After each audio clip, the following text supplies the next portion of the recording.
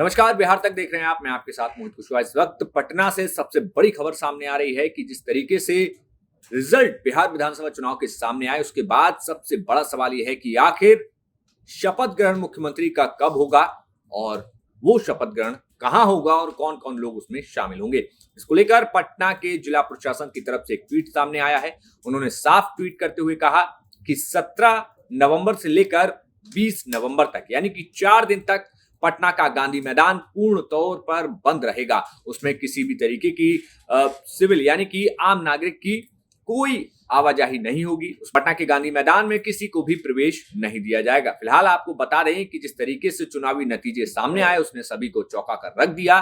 कहा यह जा रहा है कि जिस तरीके से सबसे बड़ी पार्टी बनकर एनडीए में भारतीय जनता पार्टी उभरी, तो क्या मुख्यमंत्री के चेहरे पर कुछ और विचार किया जा सकता है।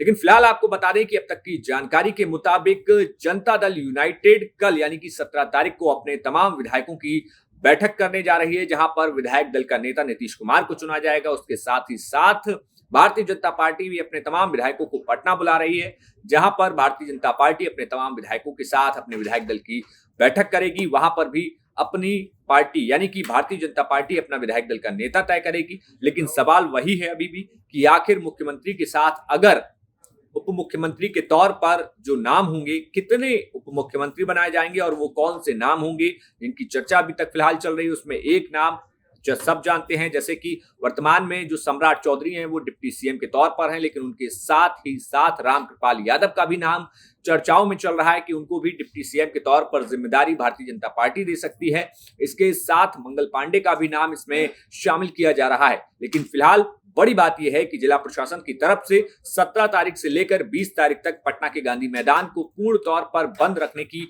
बात सामने आई है। ये बात इसलिए भी जरूरी है क्योंकि सुरक्षा कारणों से जब एनडीए के मुख्यमंत्री पद पर जब शपथ ग्रहण होगा, तो उसमें तमाम राज्यों के तमाम एनडीए शासित राज्यों के मुख्यमंत्री शामिल होंगे, बड़े बड़े मंत्री शामिल होंगे, तमाम संगठन के लोग और साथ ही साथ प्रधानमंत्री और गृह मंत्री और केंद्र के तमाम बड़े मंत्री भी वहां पर शामिल हो सकते हैं। तो ऐसे में सुरक्षा की दृष्टि को देखते हुए यहां पर फिलहाल जो है गांधी मैदान को बंद रखने की बात कही गई है। ऐसे में अब क्या कुछ डेट तय होती है, क्योंकि कहा जा रहा है कि नीतीश कुमार जल्दी ही यानी कि 18 तारीख को राज्यपाल से मिलेंगे और वर्तमान में वो जिस सरकार के मुख्यमंत्री हैं उससे वो अपने पद से इस्तीफा देंगे। उसके बाद नई सरकार के गठन की जो चर्चा है वो फिर से शुरू होगी। उसके बाद नई सरकार का गठन किया जाएगा और साथ ही साथ उसी दिन नीतीश कुमार जो है नई सरकार बनाने का दावा भी राज्यपाल के सामने राजभवन में पेश कर सकते हैं, जिसके बाद नई सरकार के गठन की प्रक्रिया तेज हो जाएगी। इसके साथ ही सवाल ये भी है कि आखिर जब नई सरकार होगी तो उसमें मंत्रिमंडल का किस तरीके से बंटवारा होगा।